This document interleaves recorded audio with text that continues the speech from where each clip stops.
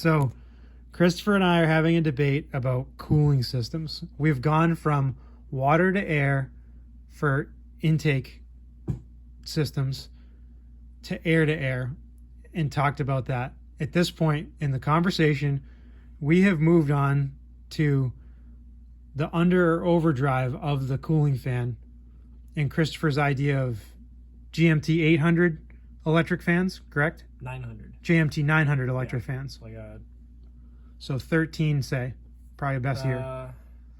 09 or 010 or 2010. Why not 13? It's the same chassis, except better. They use different fans on some of them. Oh. Yeah, so like half a ton or 2500. 2500 HD with the 6.0. Okay. Because they made a different fan for those trucks with the towing package that has more blades and runs at a higher RPM. Those fans are like a 15-inch fan, two 15-inch fans. One's got 9, the other's got 7 blades, I think. And they're normal Delphi connectors, and on Amazon they sell kits that you can just literally wire up. You don't need to know how to wire a relay. Nope. You screw a temp sensor in and it does everything for Okay. you. Where would you screw the temp sensor in if you were to do it? That I haven't quite figured out. Probably. I mean, we both one of the block off plates in the back of the head. We both know that there is a plug on the right side of the head, but it's hard to get to because these heads are ambidextrous. So where your coolant temp sensor would be right down there. Ooh, somebody going by that's a race car. You guys might have heard that or might have not. So Like a squid. you would go into one of the you'd take one of our spare block off plates and you'd either weld or drill and tap a hole. Okay, we've got that covered. So then you would run directly off the battery with fuse stuff, or would you go off the relay box? No, I would just add a relay up on the firewall and. Well, I get that, but for this head. You would come directly off the battery with your power. You want good power and ground. The battery. And then, obviously, you can get the fans at work, brand new, reasonable. Under $200 on Amazon for a reman kit, or for a aftermarket set of fans, or you go to a junkyard and pull OEM ones. And then, wiring is what, $60 probably, if you were to buy a kit. Yeah. Probably close to the same if you were to actually buy good relays and do it yourself. Yeah. Like WeatherPack relays and not like weather. So for anybody that doesn't know, a WeatherPack GM relay is this 4x4 relay right up here. And that's like a good high quality. That's probably a 40 or 50 amp relay, correct? I think they're 40s. Yeah, because the smaller ones are like a 30, right? Pretty sure they're 40. So 2 40 amp relays. You know, you've got a 150 amp alternator already, so you've already upgraded your alternator. So you've got that in your head, and we figure that this pulley on the fan is an 80%. About 80% the size of the crank. The size of the crank. You're getting a little bit of overdrive there. So in layman's terms, it's high gear in a transmission, pretty much. Yeah. So at 80% of the size, I think theoretically it can spin up to, if you're revving the thing out, almost to $4,000 every time. The fan will do 4,600 RPM. Right. So you're in overdrive every time you're mashing it. And otherwise, you're not. I measure them. I think it's a 19-inch diameter fan. I think. No, it's bigger than that. No. You sure? Yeah. Huh. The rad's not that tall, and these are a little bit taller. So, and you're doing that solely for cooling capacity, not for an intercooler, nothing else. Right. Just because you will gain power by not having a mechanical fan. Dropping the mechanical fan off is measurably, it has been measured about 30 horsepower. So what happens if you need a spare alternator kit to buy off eBay to put on this side right here, like they sell for ambulance packages? What if you have to do that because you don't have enough power? How much draw have you calculated for that? How do you mean? This is like a live podcast. No. So like the alternator, when it gets excited, because we all get excited. The biggest draw with any electric fan is on startup, and chances are 99% of the time they're not going to be starting up from a dead stop. They'll be starting up from already being spinning because the truck's already in motion. Flow motion? All depends on what temp so what center you use. So I mean, this would be probably practical question to start at. What would you turn your fans on at? Because like we both know what the temperature sensor reading is at the thermostat housing versus what we see on the dash for the gauge versus what a handheld temp gun says at the same time. We both know that there is like a 10 to 20 degree swing between points of this motor, sometimes 40 if it's like weird conditions.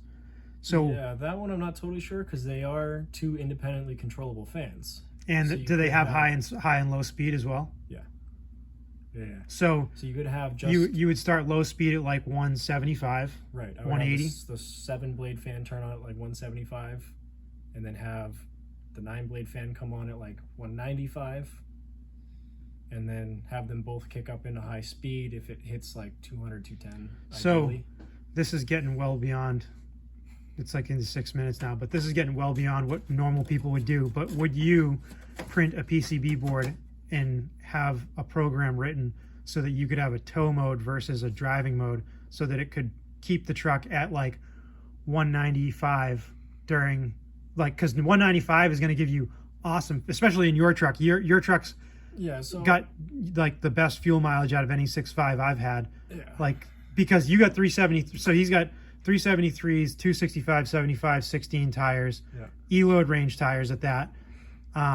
You got a fairly good camper setup in it. We'll call it a camper setup. Yeah, it's a camper setup. It's like a you live out of the back of your truck because you're homeless camper setup. Down by the river. And it's like off grid. You don't need to go to a convenience store for 14 days. The only thing setup. I'm missing is a solar panel, but the batteries charge off the truck running. Right. So and you get you get 20 plus miles to the gallon on the highway. On the highway, yes. Around town, I've been averaging 18 3/4, Okay. almost 19. So the Suburban, Not bad. which is heavier than your truck probably, because it's a full interior Suburban. It's got heavier axles. 80-pound batteries in the back of the thing. Well, but it's got it's even though it's a half-ton Suburban, it's got 8-lug axles, but it has 342 gears, but it has 260. It has LT 265 70 17-inch tires. Yeah. E-load range, and she gets about 18 to 20 miles to the gallon mixed driving, and so your truck in theory should be worse. Yeah. But because 373s versus 342s, but you get almost the same. Yeah. But yours is like true half-ton 6-lug axles. You got the smaller front diff. You've got the big half-ton rear differential. Mm-hmm. You've got a heavy half-ton theoretically. 14-bolt, 9.5-inch semi-floater. Yeah. Fucking annoying. And she's got the 10.5-inch semi-floater 14-bolt. Yours is a 14-bolt too? Yeah. Oh, okay. Yeah, I remember it's got the weird shaped cover that O'Reilly's didn't know how to find a gasket for. Yeah. Yeah.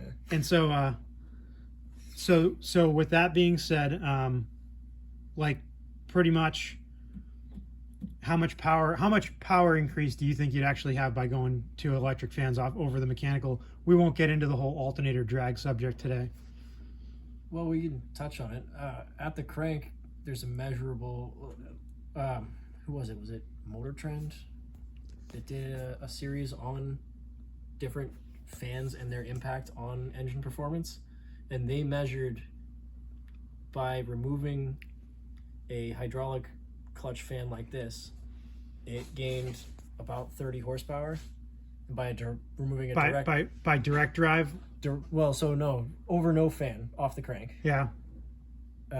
This reduces the output of the engine by about 30 horsepower, and then a direct drive fan was like 35 to 40, depending on the blade shape. And then taking it off completely, you gain that power. So 30% loss of power in a 6.5 is the difference in pressure, or the difference in draw that you're going to get on the alternator is negligible. You're talking like 2 or 3% difference because the thing's already engaged anyways. So we should ask. I'm sure Alternator Man hasn't posted a video in over 6 months, but Alternator Man on YouTube, he's got a really great YouTube channel. Anybody should check him out. He would know better than me and you about drag on an alternator, because that guy has built. If you want to see powerful alternators, that guy's built them. But I think that you're right that even if it was a 10% drag difference on what your drag on the alternator, it's still negligible, like you said. 10% increase on the load that's already there isn't going to match the difference And of it's- removing several pounds. And it's not going to rotating slip the mass. belt like a fan would if it actually was, Yeah. if it had an aggressive pitch to the fan blades. You probably could get the pulley to slip if you didn't have enough wrap. And by wrap, we mean like the wrap around a pulley. If you don't have enough wrap around a pulley, you will get slippage. Yeah. I mean, worst case, if it seems like the electric fans draw too much, you can always upgrade to an even bigger custom alternator. You know, we know Quadstar sells these units that go up to, what, 400 watts or 400 amps. 400 amps, really? He sells some really, they're very expensive, like $700 or $800. If it's expensive and very he's got high it, amperage. chances are it's probably built correctly. But we do know that a Duramax alternator, like an 05 Duramax alternator, will put out 150, 160 amps. Yeah. And that is not 100% duty cycle either, though. You can't take an alternator and put out 160 amps and have it last a year. Like that's what dual alternators are for like ambulance body package trucks that need lots of power for equipment. That was my point with like the fans. They're not going to be both running full beans all the time. You know, and chances are when they do kick on, they're spinning already, and it's just kind of helping flow along. Yeah. But what I was getting at earlier with the math, if that fan is doing 4,500 RPM, the area that has to pull through effectively doesn't match what two 15-inch or 16-inch small fans running at half the RPM of that fan would do. They just flow more air. Yeah, because there was somebody we watched. I'm not going to mention their YouTube channel because they're kind of an idiot. But there was somebody we watched with a gas Suburban that constantly had issues with wiring and blowing fuses and stuff. And all he used was a pair of aftermarket, not really proven. Who knows if the CFMs that they were sold at were even correct. Yeah. Chinese kind of fans, just whatever he could find. Yeah. And even when he found stuff that was supposed to be like True Cool or what's the other one, Master Cool or whatever. There's a few different brands, aftermarket brands that have fans. Mm-hmm. We both know that was the wrong course. I mean, he would have been better off with a pair of fans out of a Camry. Yeah. Like if you went to the junkyard and just said, "Oh, 92 Camry, I'm going to pull these two fans out of it," they would have been stronger in their high and low speeds than what he paid lots of money for. They were helper fans that Right. were being used as main fans. Main fans, yeah. Oh, and with that said, I think me and you have gone over this before.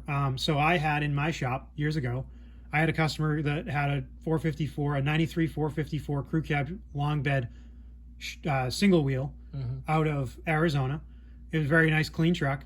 And he had kind of exhausted all options and found my name because I worked on GMT 400s. Do you remember the story at all? And I'd never met the guy. I met the guy once, and then when he'd stopped using me because I think he got rid of the truck. Yeah. But he was coming from pretty far away from us here, probably 30 miles away from us here, which this shop's all around our area. So like I think he was in a town called Westboro away from us, and so he came to me and said he had a misfire that was like a spark plug wire hanging on a manifold, and then he had an exhaust manifold bolt that was broken. So he had me fix the exhaust leak that was in it. And then he had an overheating issue that he was never able to fix. I told you about this, that he used racing washers, which are like theoretically a disc that's like a thermostat with a hole in it, and it restricts flow so you don't just remove the thermostat. Yeah. He tried those all the way to like 160 thermostats. He tried everything. No matter what, if he towed something, it would overheat, which begs the question, like when people say that 454s are the greatest engine in a big heavy-duty old GM truck. It's not super true because they do overheat just like a 6.5 if you work them hard enough, because this was obvious. I could get his to overheat by driving the truck hard without anything, without AC on or anything. Yeah. And the funniest thing was, and this is how you'll remember the story, his truck had a fan, and you can still buy them. It was mounted. So this is the tranny cooler, right? Yeah, tranny cooler. So it had a fan. I can't remember whether it was this side or this side, but it used the existing bolts in the core support, and it used brackets just like this, and it had a fan mounted right here. But that fan would not work unless you hooked it up to a switch, or if the AC worked. And when you turn the AC on, that fan would automatically turn on. So I recharged his AC, and that's what fixed his overheating issue, theoretically. But what he had asked me to do is he asked me to wire in a switch so that when he didn't use the AC, he could turn that fan on. So I had a keyed relay Yeah. that would turn off when he turned the truck off if he forgot about it. But pretty much if he saw the temperature start to rise, he could flip that on and let it run. And that's what fixed his, and like you just said, a helper fan. All that was a helper fan, and it only turned on when it was in, you know, thermal overload, which was the AC is going to put the truck into thermal overload. Yeah. And I believe every 454 had that, which was what a laugh was when I got into 6.5s. They don't have any helper fans on the front of it. So what a 6.5 could benefit from a helper fan like that, if there was space for one, Yeah. is huge, because like it wouldn't have had such a problem, right? So I mean, I don't know, this is getting long. It's like 15 minutes, but this is a good brainstorming effort, right? So, you know, maybe we could make a video about, you know, the thermal efficiency of. So Christopher wants to do a water to air intercooler setup on the crew cab short bed dually. He's trying to convince me to let me agree to him buying the parts. But we had this discussion, and he said that he would buy the parts, and if I didn't like it, he would just put them on his truck and I didn't have to pay for it. And so I said, okay, cool, buy the parts. And he said, well, you need to give me the money for it. I said, well, that's not how this works, because you should just buy it for me, and if I don't like it, I don't need to pay you. So we don't have to transfer money twice, right? And like, let's be honest, I could just stop talking to him. I just buy it. What's going on my truck? So how much do you think it'll cost?